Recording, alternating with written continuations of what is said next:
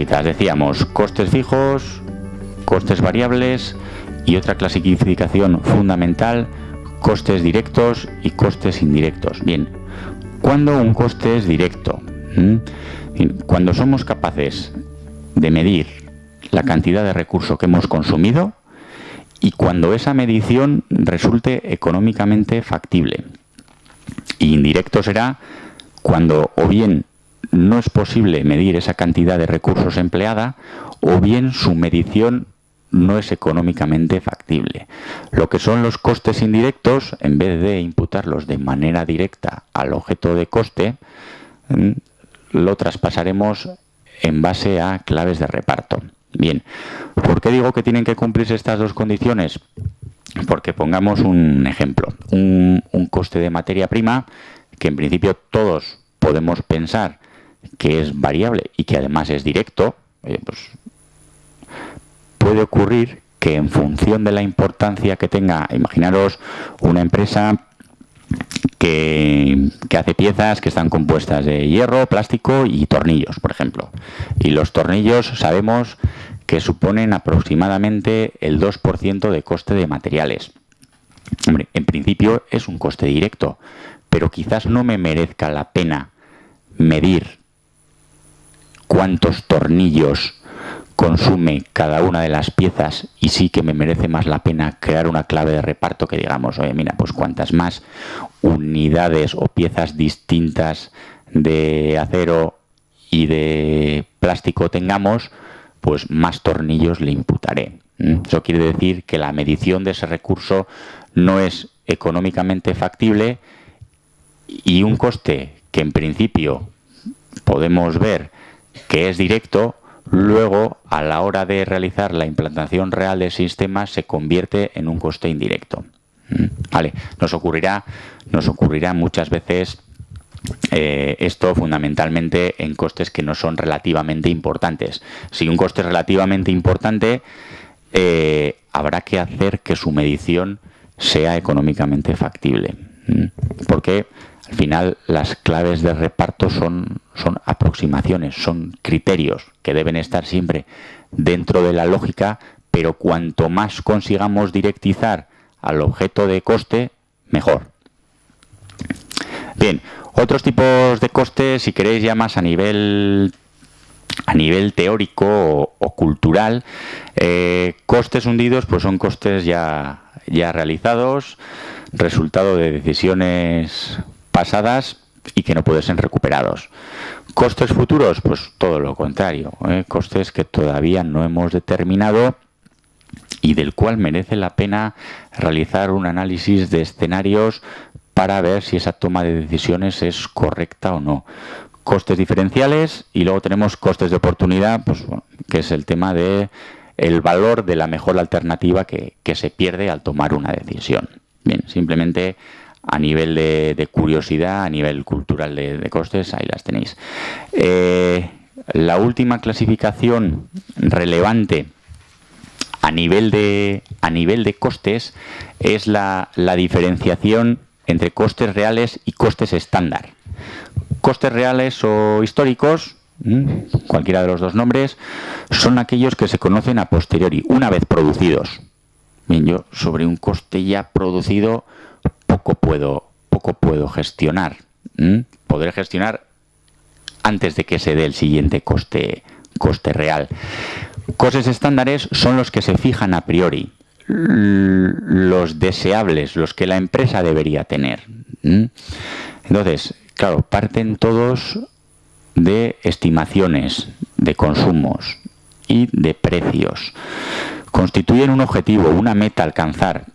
Deben revisarse tanto los estándares, digamos, de consumos, es decir, cuántas unidades de materias primas vamos a utilizar para llevar a cabo este producto o cuántos minutos de esta máquina necesita este producto para poder producirse, como los de precios externos, que eso los podemos actualizar automáticamente, como precios internos de esos procesos propios nuestros, de los cuales será el sistema de costes el que tenga que darnos la respuesta. Y es muy importante, como os decía antes, ser capaces de analizar las desviaciones. Yo lo que suelo recomendar fundamentalmente en las empresas en donde uno de los grandes objetivos en los últimos años es la presupuestación vía sistema de costes, tener un coste estándar y al final del año calcular los costes reales. ¿De cara a qué? De cara a analizar las desviaciones y poder ir mejorando los estándares en años futuros. Digo mejorando porque en multitud de ocasiones, claro, la primera vez que hacemos un coste estándar, pues es más complicado que la tercera o la cuarta o la quinta vez que lo hemos hecho. Puede que nuestro coste estándar esté basado en una recogida de datos muy reciente en la empresa. Si tenemos una recogida histórica de datos en la empresa y nos hemos basado en esos datos históricamente y además los hemos comprobado periódicamente, pues va a haber menos problemas. Pero fundamentalmente en las empresas que comencéis a utilizar un coste estándar, yo lo que sí suelo recomendar es al final de año calcular un coste real y ver cuáles han sido esas diferencias para ver si nuestro estándar que habíamos dicho sigue siendo nuestro estándar o es un estándar inalcanzable. Ocurre muchas veces que planteamos que sobre las 1.700 horas de convenios y trabajamos a un turno, esta máquina va a trabajar 1.600. Y con el cabo de los años vamos viendo que ni por el forro. Por paradas, por cuellos de botella, porque no hay producción en base a lo que nosotros hacemos para alimentar 1.600 horas de esa máquina, pues entonces habrá que ajustar nuestro estándar a lo que somos capaces de hacer. Sí. Bien, hasta aquí. ¿Tal vamos? ¿Una pregunta? ¿No? ¿Seguimos adelante? Bien. Hemos hablado hasta ahora de conceptos fundamentalmente teóricos y vamos a ver ahora qué sistemas tenemos para el cálculo de los costes. Como os decía, he dividido en la presentación los sistemas de costes en dos puntos. Por un lado, sistemas de costes tradicionales y por otro lado, sistemas de costes ABC. Sistemas de costes, yo estos últimos días repasando un poquito libros que tengo, sistemas de costes, pues ha habido, vamos, no te voy a decir que es desde el inicio de los tiempos, pero ha sido una preocupación de las empresas desde tiempos inmemoriales, pero sí es verdad que su desarrollo fundamental se da en el último cuarto del siglo XIX y fundamentalmente a inicios del siglo XX. Inicialmente con el sistema full costing de coste completo que veis ahí y posteriormente para tratar de paliar las desventajas o las limitaciones de este sistema full costing aparecieron tanto el direct costing como el sistema de imputación racional o de coste normal. Luego ya en la década de los 80 del siglo pasado aparece con muchísima fuerza el ABC, el sistema de costes basado en actividades, y a partir de entonces todas las teorías que tenemos de costes se basan fundamentalmente en el sistema ABC. Bien. Como os decía, no quiero que esto sea una clase de universidad y aburriros con cuestiones teóricas, pero sí que me parece importante que por lo menos conozcamos la base de esos conceptos teóricos en los que se fundamenta cada uno de estos sistemas. Vamos a ver para cada sistema en qué base teórica se fundamenta, qué ventajas e inconvenientes plantea cada uno de los sistemas. Y para finalizar con el capítulo vamos a ver un caso práctico en el que mostremos las diferencias de cálculo que se dan en base a la realización de un sistema u otro. Bien, antes de comenzar a explicar cada uno de los sistemas, partes de un sistema de coste. De manera muy gráfica, ¿qué partes podemos encontrar dentro de un sistema de coste? Por un lado, materiales, por otro lado, subcontrataciones y por otro lado, procesos. Procesos de todo tipo, de producción, de venta, de logística, de administración, todo lo que queramos llegar a detallar. En la parte de materiales, bueno, ¿Qué cuestiones tenemos que tener en cuenta? Pues tenemos que definir un consumo en unidades físicas y luego tenemos que elegir dentro del sistema de costes pues una elección de precio, pues el real, el último, el precio medio ponderado. Esto dependerá del sistema de contabilización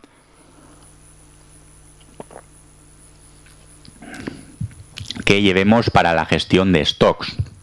Tenemos que tener en cuenta, muy importante, a la hora de definir ese consumo, qué mermas se generan y qué fallidos tenemos. Otra vez, ¿para qué? Para medir y para poder mejorar.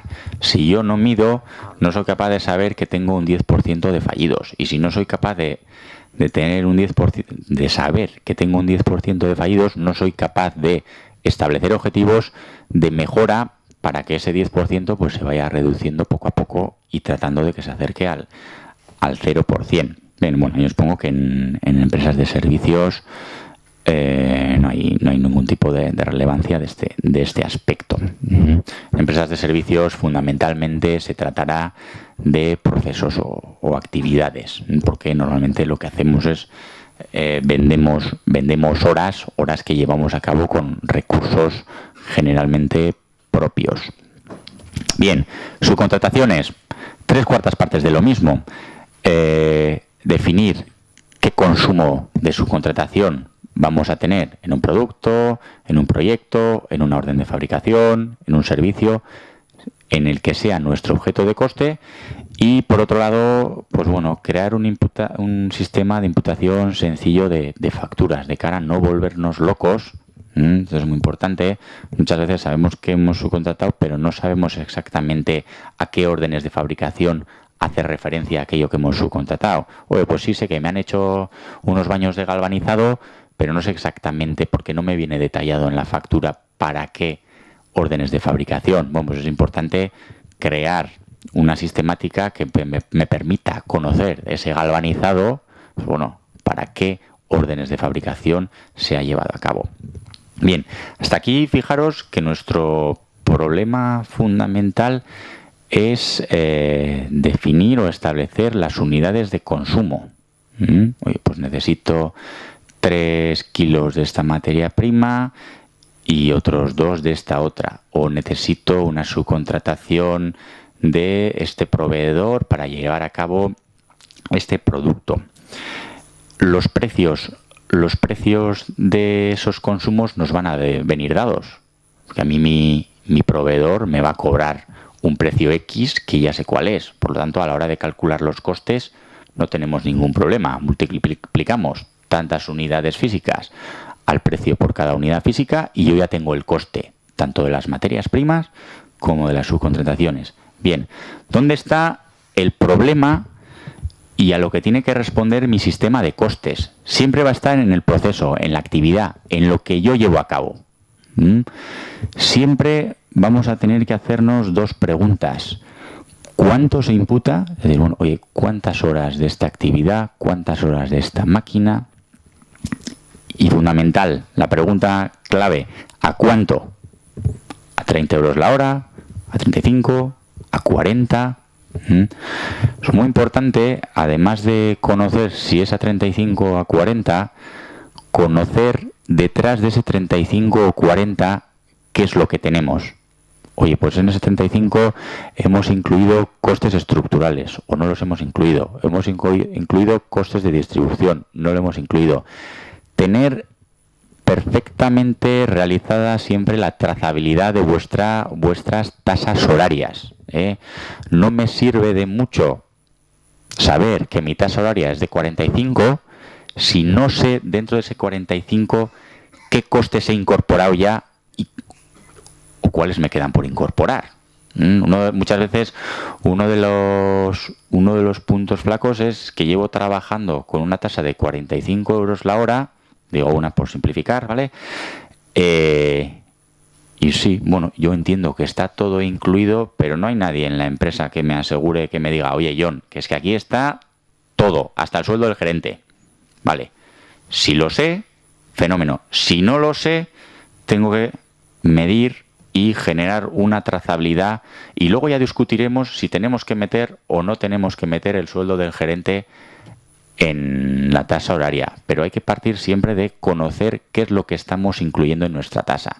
Esta es siempre la pregunta clave a resolver por el sistema de costes. Ahora veremos de qué manera la resuelven los distintos sistemas. Bien, modelo de coste. Como os decía, bueno, son los distintos procedimientos utilizados para asignar y acumular los costes, pongo ahí a los productos, pero al objeto de coste. Bien, los costes directos generalmente pues no presentan ninguna duda sobre su asignación o reparto. El kit de la cuestión está en los costes indirectos y en dar validez a esos criterios, a esos repartos, a esas hipótesis que tomamos como base para la imputación de los costes indirectos. Eso va a ser que tengamos unos criterios más o menos finos, va a hacer que yo me fíe más o menos de mi sistema de costes. Otro problema que ocurre muchas veces en la empresa: tengo sistema de costes, pero como no me fío de los repartos, pues no le hago caso al sistema de costes. Ocurre muchas veces cuando tenemos un departamento comercial potente, que el financiero y el de producción pues preparan un sistema de costes, calculan los costes de una manera y luego a la hora de hacer ofertas, ¡pamba!, otro método diferente de presupuestación. Digo, hombre, si tenéis costes en la empresa, por favor, estar todos alineados, remar todos en el mismo barco, porque es que si no encontramos cosas como que os digo, el financiero los calcula de otra manera y da un resultado, el comercial los calcula de otra manera, que es al final lo que sale al exterior, y luego a la hora de analizar desviaciones y ver, oye, mi cuenta de resultados, ¿por qué no sale como habíamos previsto? Si más o menos las unidades que hemos vendido y el precio al que hemos vendido anda en la línea de lo estipulado. ¿Por qué? Pues porque tienes dos sistemas de presupuestación completamente diferentes. Es muy importante que haya unidad de criterios, fundamental, clave.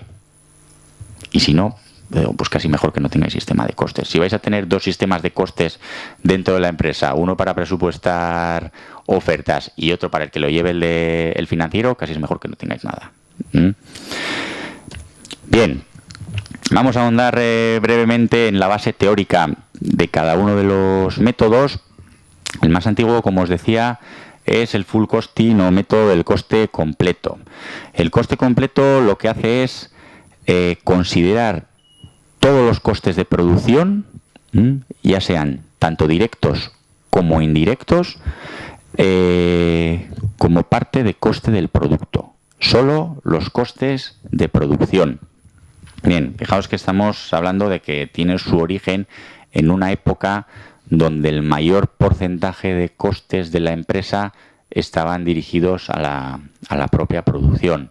Hoy en día, lo que más he visto yo en los últimos años es que la producción se puede mantener más o menos estable y con crecimientos, pero los departamentos que proporcionalmente más crecen y más coste nuevo, digamos, incorporan en la empresa son los departamentos que no son de producción.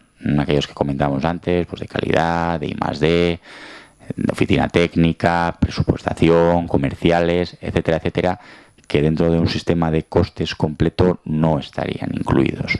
Bien, características: imputación directa al producto de los costes directos y imputación a través de los centros de coste de los costes de carácter indirecto.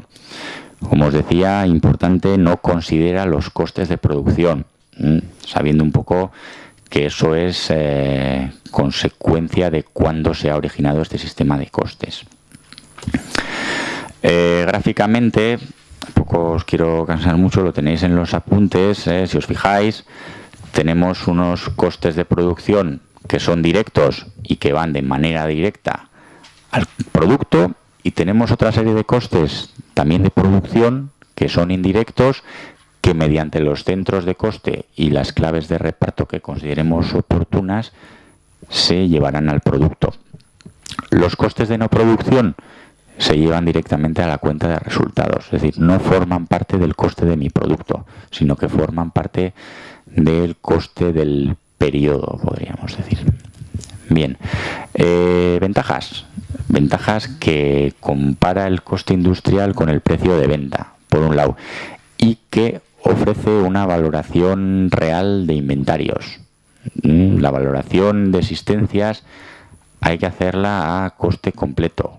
Si tenéis auditoría en vuestra empresa, el auditor, cuando vea el precio o el valor de las existencias, os dirá, bueno, ¿esto bajo qué método habéis calculado este valor de existencias? Y no os va a dejar que imputéis costes que no sean de producción para esa valoración de existencias. Inconvenientes, que pues bueno, no ofrece información para tomar ciertas decisiones, que no permite conocer cuáles son esos productos más o menos rentables al no tener en cuenta, como os decía, esos costes de no producción. Y eso es muy importante porque fundamentalmente el desarrollo de las empresas en los últimos años ha venido por la parte de no producción. Bien, como os decía, lo más fundamental es conocer que como coste del producto considera el full costing todos los costes productivos y que deja en un apartado diferente los costes de no producción. Bien, el método direct costing apareció algo más tarde, en la década de los años 30 del pasado siglo, y el direct costing lo único que hace es considerar solo los costes variables de producción. Y alguno se puede preguntar, joder, si solo considera los costes variables, ¿para qué se llama direct costing, no? Pues porque inicialmente los costes variables que se imputaban eran de carácter fundamentalmente directo, que eran la mano de obra y las materias primas en un porcentaje altísimo. Luego ya pues se ha dejado el nombre de direct costing. ¿Qué hace con los costes fijos? Los considera como costes del periodo y no del producto. No incorpora ningún coste fijo, a lo que es el coste del producto. Esto nos va a permitir conocer, o por lo menos nos posibilita tener en cuenta el concepto de margen de cada uno de los productos, margen de contribución. Es decir, al precio de cada uno o los ingresos de cada uno de los productos, lo único que le vamos a hacer es quitarle los costes directos, costes variables que veíamos ahí. Vamos a tener una suma de márgenes de distintos productos, vamos a saber qué margen nos deja cada uno de los productos, cómo contribuye, en qué medida contribuye al margen general de la empresa cada uno de los productos, y luego lo que tenemos que ser capaces es de que esos márgenes individuales, o sea, la suma de esos márgenes individuales de cada uno de los productos, claro, supere los costes fijos de la empresa para tener un resultado positivo. Ventajas, como os decía, que identifica pues bueno, un poquito la contribución de cada uno de los productos. Y otra ventaja que ya hemos visto es que permite el cálculo del umbral de rentabilidad de la empresa. Inconvenientes, pues bueno, que al no contar con los costes fijos y costes de estructura, pues puede llevar a equívocos y a tomar decisiones erróneas al no considerar el impacto de los costes fijos en los productos. Podemos llegar a tener la tentación de vender los productos de tal manera que únicamente cubramos los costes fijos, los costes variables, perdón. Es decir, nosotros vemos que mi coste variable, por ejemplo, es 10 y oye, pues vender por encima de 10, pues ya estoy tranquilo. ¿Qué ocurre? Que habrá que ver si ese 11, ese 12 al que vendemos es suficiente para cubrir los costes fijos. Entonces, cuidado muchas veces con perder de vista la existencia de los costes fijos en la empresa. Claro, de esta manera, al no contemplar los costes fijos de producción, las existencias están infravaloradas. Bien, Y un poquito más tarde, como tercer método, aparece el método de la imputación racional para tratar de mejorar las limitaciones que presentan los dos sistemas anteriores. Bien, ¿cuál es la base de este sistema? Este sistema parte de que los costes fijos son una previsión a largo plazo de la capacidad instalada o de los recursos de los que va a disponer la empresa. Se crea lo que es el concepto de nivel de actividad normal. Dices, nivel de actividad normal de una empresa, pues 10.000 horas en esta máquina, 12.000 en esta otra. Entonces, se le imputan los costes fijos a cada producto, no en su totalidad, sino que en base al nivel de actividad real que haya acontecido. Es decir, nosotros tenemos, pongamos un ejemplo muy sencillito, luego lo veremos con el caso práctico de una manera más clara. Nosotros podemos tener 1.000.000 de euros de costes fijos para 1.000.000 de unidades, y decimos, bueno, pues nosotros lo que tenemos es 1 euro de coste fijo por cada unidad. Nosotros vamos a incluir ese euro de coste fijo a cada unidad, independientemente de si fabricamos 1.000.000, 900.000 o 1.300.000. Vamos a imputar siempre la misma parte de costes fijos a un producto. ¿Para qué? Para que la variación de actividad no tenga incidencia en el coste final de mi producto. Es por eso que se crea el concepto, ahí he puesto de subactividad, pero también de sobreactividad. Lo que es subactividad o sobreactividad con respecto al nivel normal de actividad que nos hemos marcado no va a estar incluido como coste del producto, sino que va a estar incluido como coste del periodo. Gráficamente he tratado de expresarlo de la siguiente manera.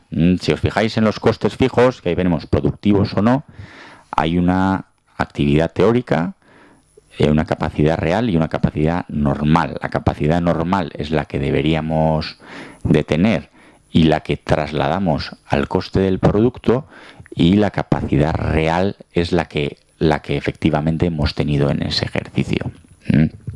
Las diferencias que se den con la actividad normal las llevaremos al coste del periodo. Bien, ventajas: que nosotros estamos traspasando siempre la misma cantidad de coste fijo al producto, independientemente del nivel de actividad que tengamos. Es decir, a nosotros nos cuesta lo mismo producir un producto, si produzco 1 o si produzco 1.000.000. En el sistema full costing, ¿qué es lo que hacemos? Cuanto más producimos, la incidencia del coste fijo en cada una de las unidades es menor. Entonces, cuanto más produzco, más barato me sale un producto. Podríamos pensar que es así, pero realmente las actividades que yo llevo a cabo para realizar un producto son las mismas.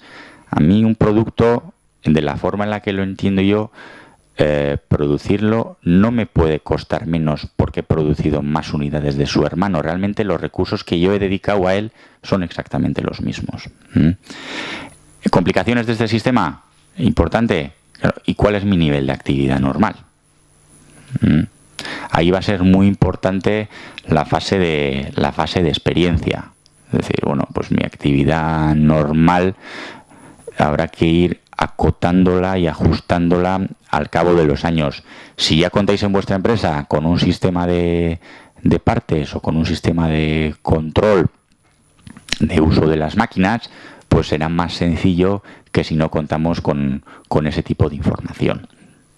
Bien, entonces, como os decía, brevemente, y antes de tomarnos un breve descanso, si os parece, sobre las 11 de la mañana, para dejar de cara a la segunda parte de la jornada, la explicación de lo que es el sistema ABC de costes y luego ya la parte más práctica de cómo hacer una implantación y el caso práctico de la empresa que os comentaba al inicio, vamos a ver el caso Compact, que lo he cogido prestado a la profesora Josune Sáez de la Universidad de Deusto, que es una de las personas que me inició en esto de los costes y que creo que explica gráficamente el uso, las ventajas e inconvenientes de cada uno de los tres sistemas. Bien, estos son los datos del caso. Tenemos una empresa que comercializa dos tipos de productos, ya veis que muy sencillito, alfa y beta.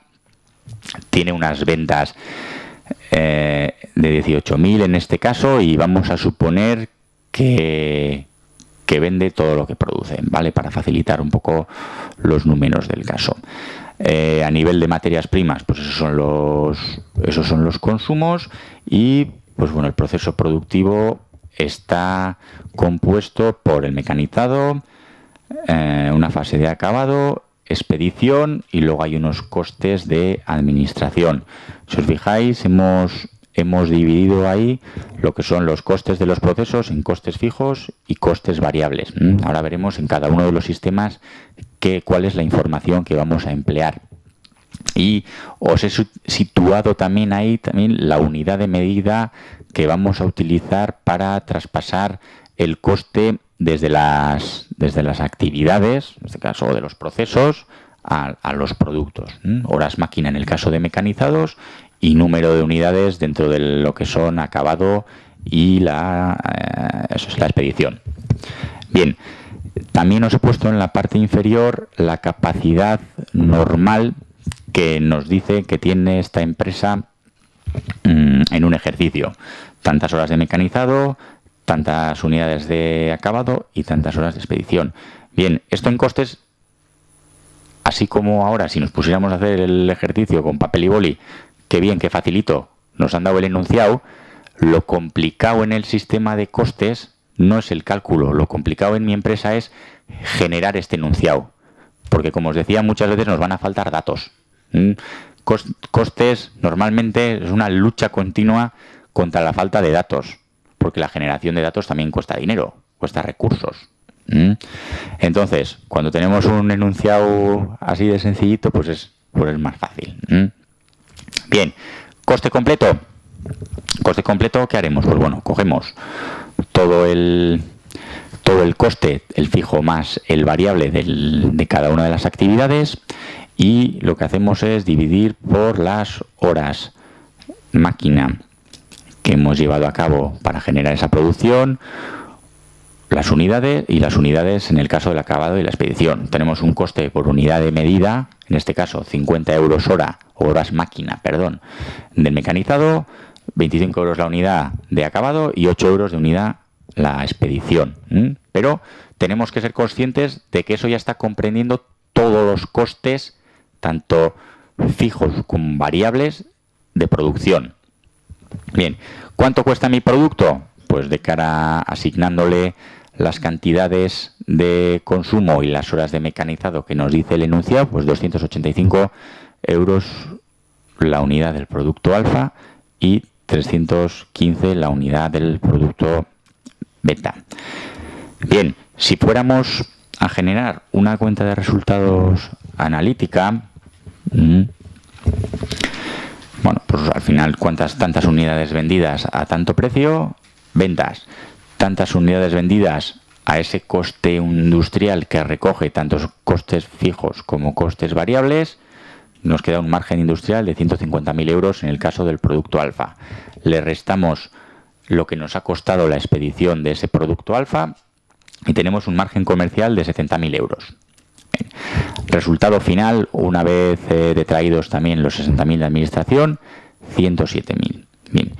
Limitaciones que decíamos a la hora de realizar simulaciones. Si ahora mi producción, en vez de ser 10.000 y 8.150, mi producción y mis ventas son superiores, tengo que volver así hacia atrás a esta tabla inicial y volver a calcular el coste por unidad de medida. Los variables serán más altos, el coste fijo se habrán mantenido y al repartir costes fijos en mayor número de horas y mayor número de unidades, el coste por unidad de medida será menor. Coste por unidad de medida que será menor y se verá reflejado en una mayor cuenta de resultados. Bien, al final lo que decíamos, por tener mayor producción, mis costes son más baratos, o sea, son más altos o más bajos. Vamos a ver el direct costing, ¿qué es lo que nos dice? El direct costing nos dice, no, olvídate en este caso de los costes fijos, ten en cuenta solo los costes variables y de cara a hacer simulaciones nos va a resultar ciertamente más sencillo. Veis que los costes por unidad de medida son más bajos porque únicamente estamos reflejando los costes variables. Costes variables que trasladamos al producto, en lo que nos da unos costes pues, más bajos por cada uno de los productos, 190 y 200 en este caso. La cuenta de resultados analítica es completamente diferente. Completamente diferente. Fijaros, el margen de contribución es mucho mayor en cada uno de los productos. 105 y 130. Luego lo que hacemos es, sobre ese margen de contribución general, restarle la totalidad de los costes fijos de la empresa, tanto de producción como de no producción. A la hora de hacer una simulación nos resulta más sencillo, es decir, nosotros si vendemos 2.000 productos más del alfa y 1.000 productos más del beta, pues ¿qué es lo que hacemos? Lo único que nos va a variar son los gastos variables. Vamos a tener un margen en cada uno. Del producto alfa de 105 y en el producto beta de 130, pues multiplicamos cada una de las unidades correspondientes por el margen de cada uno de los productos, tendríamos un margen de contribución mayor y le quitaríamos los costes fijos que seguirían siendo de esos 2 millones. Digamos que las proyecciones y la toma de decisiones en algunos casos se facilita porque en el sistema anterior no está claro el impacto de los costes fijos en el coste de cada uno de los productos. Tercer sistema, coste normal. Venga, coste normal. Nos dice, tú tienes unos costes fijos para una actividad normal definida de 85.000 horas, 20.000 unidades y 19.000 unidades de expedición, pero ¿qué ocurre? Que tu actividad normal, tu actividad real es menor. Pues tienes un aprovechamiento del 95% en lo que es el mecanizado, ahí te queda pues ese 5% de subactividad y pues llegas a un 90,75 en acabado y un 95,53 en expedición. Nosotros no vamos a traspasar este 1.600.000 de coste fijo al producto. Lo que vamos a traspasar es el coste fijo a imputar, será de 1.500.000 que corresponde, en el caso del mecanizado, con ese 95% de grado de utilización real con respecto a la capacidad instalada.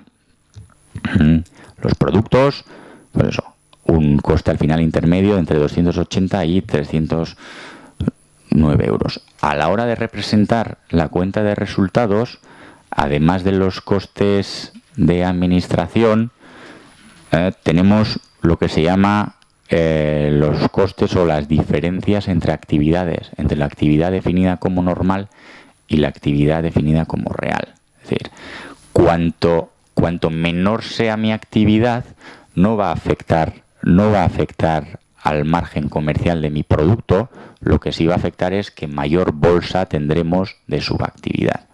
A mí esto es una lectura que cuando estamos en las empresas creo que resulta muy interesante. Es decir, nosotros si estamos en un sistema de costes completo podemos tener la tentación de decir, es que lo estamos haciendo mucho peor, mucho más caro porque hacemos menos.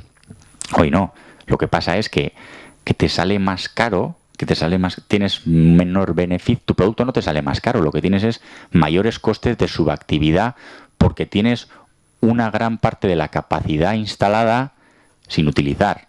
no es que estés produciendo mal, estés produciendo más caro. Luego, claro, que el reflejo se ve en la cuenta de resultados, que será menor. Pero hay que ver qué costes, digamos, son atribuibles a la producción y qué costes son atribuibles, en este caso, a la no utilización de la producción. Hago los ejemplos con subactividad, ya sé que es algo pesimista, pero es lo que más me está tocando ver últimamente. Bien, y una tabla comparativa que creo que os he dejado también ahí en los apuntes. Entonces, es fundamental que manejemos estos conceptos teóricos para saber qué es lo que le podemos pedir y qué es lo que no le podemos pedir a nuestro sistema de costes. Entonces, dependiendo de qué objetivo de costes vayamos a plantear, será interesante o será más interesante utilizar un sistema o será más interesante utilizar otro.